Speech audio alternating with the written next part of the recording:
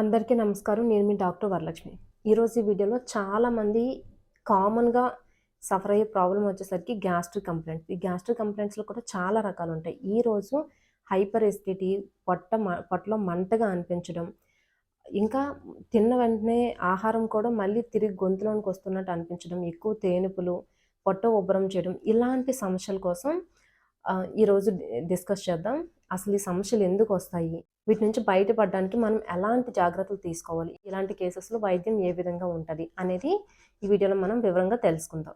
ఇప్పుడు చెప్తున్న సింప్టమ్స్ ఏవైతే ఉన్నాయో పొట్టలో మంటగా అనిపించడం, ఇంకా ఆహారం తీసుకున్న తర్వాత మళ్ళీ తిరిగి గొంతులోనికి వస్తున్నట్టు అనిపించడం, ఈ రిఫ్లెక్స్, యాసిడ్ రిఫ్లెక్స్, పొట్ట ఉబ్బరం చేస్తున్నట్టు అంటే పై భాగం అంటే అప్పర్ జిఐటీ భాగం ఏదైతే ఉందో ఆ భాగంలో మంట అనిపించడం ఇవన్నీ కూడా సింప్టమ్స్ అన్నమాట. అసలు ఇవి ఎందుకొస్తున్నాయి? ఎందువలన మనం తిన్న ఆహారం మళ్ళీ గొంతులోనికి వస్తున్నట్టు అనిపించడం, ఇలాంటివన్నీ జరుగుతున్నాయి. ఇవన్నీ అర్థం కావాలంటే ముందు మనకి జీర్ణ వ్యవస్థ యొక్క అసలు జీర్ణ వ్యవస్థ ఏ విధంగా పనిచేస్తుందో మనకి తెలియాలి. ఏంటంటే మనం ఆహారం తీసుకొని నమిలి మింగగానే ఏమవుతుందంటే ఆహార నాళం ద్వారా అది పొట్టలోకి చేరుతది. పొట్టలోకి చేరగానే ఆహార నాళము పొట్టకి కనెక్ట్ చేసి ఉంటది కదా! పొట్టలోనికి ఆహారం చేరగానే ఆహార నాళం ఏదైతే ఉందో, కింద భాగం ఏదైతే ఉందో అక్కడ ఉన్న స్ఫింక్టర్ అనేది క్లోజ్ అయిపోతుందనమాట. మూసుకుపోతది. మూసుకుపోవడం వల్ల ఏమవుతదంటే, మళ్ళీ తిన్న ఆహారం డైజెషన్ అవుతున్న టైంలో ఏమవుద్దంటే వాటిలో కదలికలొస్తాయి జీర్ణసంచిలో. ఈ స్టమక్‌లో కదలికలు రావడం వలన, ఆ కదలికలు వచ్చినప్పుడు కూడా ఫుడ్ అనేది పైకి రాకుండా ఉండటానికి ఈ స్ఫింక్టర్ అనేది క్లోజ్ చేసి ఉంటది. సో, ఈ స్ఫింక్టర్ సరిగ్గా క్లోజ్ అయ్యి, సరిగ్గా మూసుకుపోయి ఉంటే మనకి ఫుడ్ అనేది మళ్ళీ పైకి తన్నడం, పైకి రావడం, గొంతులోనికి రావడం అలాంటి సమస్యలేమీ ఉండదు. కానీ కొంతమందిలో ఏమవుతదంటే, ఈ లోవర్ ఈసోఫేజియల్ స్ఫింక్టర్ ఏదైతే ఉందో, మనం ఇప్పుడు చెప్పుకున్న స్ఫింక్టర్ కొంచెం వదులుగా ఉండటం, దాని మీద కొంచెం ఒత్తిడి పడగానే అది ఓపెన్ అవ్వటం. ఆ ఓపెన్ అయ్యే టైంలో ఏమవుతుందంటే, ప్రెషర్ వలన డైజెషన్ ప్రాసెస్‌లో వచ్చే ప్రెషర్ వలన ఏమవుతుందంటే, మనం తీసుకున్న ఆహారం, ఇంకా పొట్టలో రిలీజ్ అయిన యాసిడ్స్ ఇవన్నీ కూడా గొంతులోనికి కొంచెం కొంచెం వస్తున్నట్టు అనిపిస్తదనమాట. దాని వలన గొంతు నుంచి ఇంకా పొట్ట భాగం వరకు కూడా మంటగా అనిపించడం, ఎక్కువ తేనుపులు రావటం, దీనివల్ల బ్యాడ్ బ్రీత్ కూడా వచ్చే అవకాశం ఉంటది. ఇలాంటి సింప్టమ్స్ అన్నీ వస్తూ ఉంటాయనమాట. దీనికి చాలా రకాల కారణాలున్నాయి. ఈ లోవర్ ఈసోఫేగల్ స్ఫింక్టర్ ఏదైతే ఉందో, అది సరిగ్గా పని చేయకపోవటం. ఇంకా లేదా అది కొంచెం పనిచేస్తుంది. అయినప్పటికీ కూడా ఆ స్ఫింక్టర్ మీద ప్రెషర్ పడేలాగా మనం ఆహారం తీసుకోవాలి. అంటే అధిక మోతాదులో ఎక్కువ స్పైసెస్ ఉన్నవి లేదంటే ఎక్కువ మోతాదులో ఒకేసారి మనం ఫుడ్ తీసుకునేటప్పుడు ఏమవుతుందంటే డైజెషన్ ప్రాసెస్‌లో ఈ స్ఫింక్టర్ మీద ఎక్కువ ఒత్తిడి పడతది. దానివలన ఈ రిగర్జిటేషను, యాసిడ్ రిఫ్లెక్షన్ ఎక్కువ పొట్టలో ఉన్న యాసిడ్స్ అనేవి కూడా మళ్ళీ పైకి తంతున్నట్టు ఉండడం, ఇలాంటి లక్షణాలనేవి కనిపిస్తాయి. ఇంకా కొంతమందిలో ఉండే అలవాటేంటంటే, భోజనం చేయగానే నిద్రొచ్చినట్టు అనిపిస్తది. భోజనం చేయగానే నిద్రపోతారనమాట. అలాంటి వాళ్ళలో కూడా ఈ కంప్లెయింట్ ఎక్కువగా వచ్చే అవకాశం ఉంటది. అధికంగా తి భోజనం తీసుకొని వెంటనే నిద్రపోతే మాత్రం ఈ కంప్లెయింట్స్ అనేవి ఎక్కువగా వచ్చే అవకాశం ఉంటదనమాట. ఎక్కువగా ఉంటాయి కొంతమందిలో. యాసిడ్ లెవెల్స్ ఎక్కువగా ఉండేటప్పుడు కూడా ఎక్కువ పొట్ట మంటగా అనిపించడం, ఉబ్బరం చేసినట్టు అనిపించడం, అంటే పొట్టంతా టైట్‌గా పట్టేసినట్టు అనిపించడం, ఇలాంటి లక్షణాలన్నీ కూడా కనిపిస్తాయి. సో, ఇలాంటి కేసెస్‌లో మనం చేయాల్సిందేంటంటే, వీలైనంత వరకు ఆహారం తక్కువ మోతాదులో తీసుకోవడం మంచిది. తక్కువ మోతాదులో తీసుకున్నప్పుడు ఏంటంటే, ఈ ఈసోస్ఫేజియల్ స్ఫింక్టర్ మీద ఒత్తిడనేది తక్కువ పడతది. ఇంకా తిన్న వెంటనే మాత్రం నిద్రపోకూడదు ఖచ్చితంగా. తిన్న వెంటనే నిద్రపోతే ఆ ప్రెషర్ వలన ఈ యాసిడ్ రిఫ్లక్స్ అనేది లేదంటే ఈ రిగర్జిటేషన్ అనేది జరుగుతూ ఉంటది.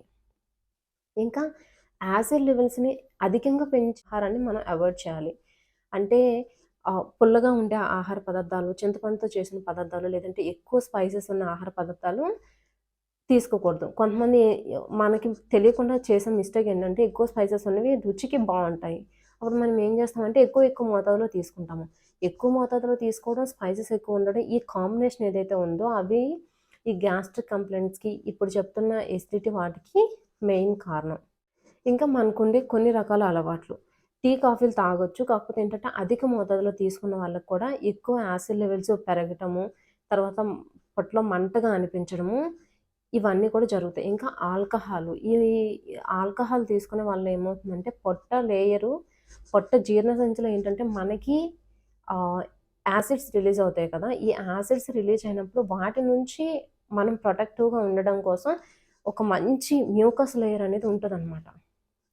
చాలా మంచిగా డిజైన్ చేయబడి స్టమక్ లేయర్స్ పొరలేవైతే ఉన్నాయో వాటిని దెబ్బ తినకుండా ఉండడం కోసం ఈ మ్యూకస్ లేయర్ అనేది ఉంటది. ఎవరైతే ఆల్కహాల్ తీసుకునే అలవాటు ఉంటదో వాళ్ళలో ఏమవుతదంటే ఈ లేయర్ అంతా కూడా కొట్టుకుపోతది మొత్తం. దానివలన క్రానిక్‌గా కొన్ని సంవత్సరాల తర్వాత ఏమవుద్దంటే అక్కడక్కడ పుండ్లు పడటం ఇలాంటివన్నీ జరుగుతాయన్నమాట. అందుకే ఎక్కువ స్పైసెస్ ఉన్న ఆహారం గానీ, టీ, కాఫీలు గానీ తక్కువ తీసుకోవడం మంచిది. ఇంకా ఆల్కహాల్‌ని వీలైనంత వరకు పూర్తిగా అవాయిడ్ చేయడం అయితే మంచిది. ఇవన్నీ ఒక రకమైన కారణాలు. ఇంకోటేంటంటే మానసికంగా అధిక ఒత్తిడిలో ఉండటం. ఎక్కువ టెన్షన్ పడటం, ఆందోళనకి గురవ్వటం, లేదా ఎక్కువ ఒత్తిడిలో పని చేయాల్సొస్తుంది. అలాంటి వాళ్ళలో కూడా గ్యాస్ట్రిక్ కంప్లెయింట్స్ వస్తాయి. వీళ్ళలో పాపం ఏంటంటే వీళ్ళు కష్టపడతారు, టైంకి తినరు. యాసిడ్ లెవెల్స్ ఎక్కువైపోతూ ఉంటాయి వీళ్ళలో. కడుపులో మంట రావడం, అల్సర్స్ రావడం ఇలాంటి సమస్యలన్నీ వస్తాయన్నమాట. ఏంటంటే వాళ్ళు ఏమి తినకుండానే కంప్లెయింట్స్ వస్తున్నాయి. ఏంటంటే రెగ్యులర్ మీల్స్ అనేవి ఉండాలి. రోజు ఒకే టైంకి తినేలా చూసుకోండి. తక్కువ మోతాదులో అంటే మరీ తక్కువ అని కాదు, మితంగా. ఇంకా పొట్ట నిండిందా అంటే చాలు. అక్కడి వరకు తినడం మంచిది. ఇంకా నిద్ర కూడా ఒక తిన్న గంట తర్వాత నిద్రపోయినప్పటికీ మంచి ఒక క్వాలిటీ స్లీప్ అనేది మనం మెయింటైన్ చేయగలిగితే ఈ సమస్యలనేవి చాలా వరకు కూడా తగ్గుతాయి. ఇంకా వైద్యానికొచ్చేసరికి ఏంటంటే వీటిలో చాలా రకాలు సింప్టమ్స్ బట్టి బేస్ చేసి ఉంటాయన్నమాట. ఇప్పుడు హార్ట్ బర్న్ ఇప్పుడు మనం యాసిడ్ రిఫ్లక్స్ అని చెప్పుకున్నాం. అంటే పొట్టలో ఉన్న ఆహారం మళ్ళీ గొంతులోనికొస్తుంది అన్నట్టు అనిపించడము అవన్నీ. వీటికి కారికా పపాయ లాంటి మెడిసిన్స్ అనేవి బాగా పనిచేస్తాయి. ఇంకా యాసిడ్ లెవెల్స్ ఎక్కువగా ఉన్నప్పుడు యాసిడ్ లెవెల్స్‌ని తగ్గించడానికి సర్టెన్ మెడికేషన్స్ అనేవి ఉంటాయి. ఇంకా ఏ టైంలో ఎక్కువవుతుంది, ఎలాంటి ఫుడ్ వలన ఎక్కువవుతుంది అనేది కూడా చూసుకోవాలి. ముఖ్యంగా ఎలాంటి ఫుడ్ మనకి పడుతుంది, ఎలాంటి ఫుడ్ మనకి పడట్లేదు. మనకి ఏదైనా ఒక ఆహార పదార్థం పడట్లేదు, లేదంటే ఇలాంటి ఫుడ్ తీసుకున్నప్పుడే నాకు గ్యాస్ సమస్యలు వస్తున్నాయి, పొట్ట ఉబ్బరం చేస్తున్నట్టు అనిపించడం, పొట్టలో మంటగా అనిపించడం అలాంటివి జరుగుతుందన్నప్పుడు మీరు సొంతంగా అది ఏంటో గుర్తుపట్టగలగాలి. అది గుర్తుపట్టి దాన్ని వీలైనంత వరకు కూడా మన ఆహారంలో లేకుండా అంటే వీలైనంత తక్కువ మోతాదులో ఉండేలాగా, లేదంటే వీలు పడితే పూర్తిగా అవాయిడ్ చేయగలిగే విధంగా చూసుకుంటే మాత్రం ఈ ఫుడ్ మనం దేనికైతే సెన్సిటివ్‌గా ఉన్నామో దాన్ని గుర్తుపట్టడం కూడా ముఖ్యమే. ఇప్పుడు మన ఫుడ్ బాగుండేలా చూసుకోవాలి. నిద్ర టైంకి ఉండాలి. ఫుడ్ కూడా టైంకి ఉండేలా చూసుకోవాలి. ఇంకా ఈ అలవాట్లు వీలైనంత వరకు కొంచెం కంట్రోల్‌లో ఉంటే ఈ గ్యాస్ట్రిక్ సమస్యలనేవి చాలా వరకు మనం తగ్గించుకోవచ్చు. ఇంకా యాసిడ్ లెవెల్స్ అప్పటికి కూడా ఎక్కువగా ఉన్నాయనేటప్పుడు మనం వంట సోడా ఉంది కదా! బేకింగ్ సోడా కొంచెం ఒక అర చెంచా స్పూన్ ఒక గ్లాస్ నీళ్ళలో కలుపుకొని కొంచెం తాగితే ఎక్కువ ఉన్న యాసిడ్ లెవెల్స్ అనేవి బ్యాలెన్స్ అవుతాయి. ఇలా చేయమన్నాం కదా అని చెప్పి ప్రతిరోజు చేయడానికి కాదిది. ఎప్పుడైతే ఇంకా ఎక్కువ యాసిడ్ లెవెల్స్ ఎక్కువున్నాయి, మంట వస్తుంది, ఇంకా తట్టుకోలేము అన్నప్పుడు ఏంటంటే ఈ హోమ్ రెమెడీలా పనిచేస్తది. ఒక అర స్పూను గ్లాస్ నీళ్ళలో కలుపుకొని తాగితే ఈ సమస్య నుంచి బయటపడొచ్చు. ఇంకా అదనే కాదు, ఇంకా డైజెస్టివ్ సిస్టమ్‌కి ఫ్రెండ్లీగా ఉన్న డ్రింక్స్. ఉదాహరణకి మనకి జీరా వాటరు.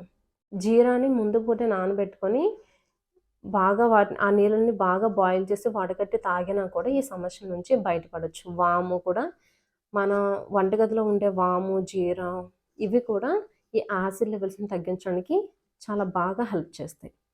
సో, ఈ వీడియో మీకు ఉపయోగపడుతుంది అనుకుంటున్నాను. Thank you for watching. ఒకవేళ ఈ వీడియో నచ్చినట్లయితే లైక్ చేయండి, షేర్ చేయండి. ఇంకా ఛానెల్‌ని సబ్స్క్రైబ్ చేసుకోండి.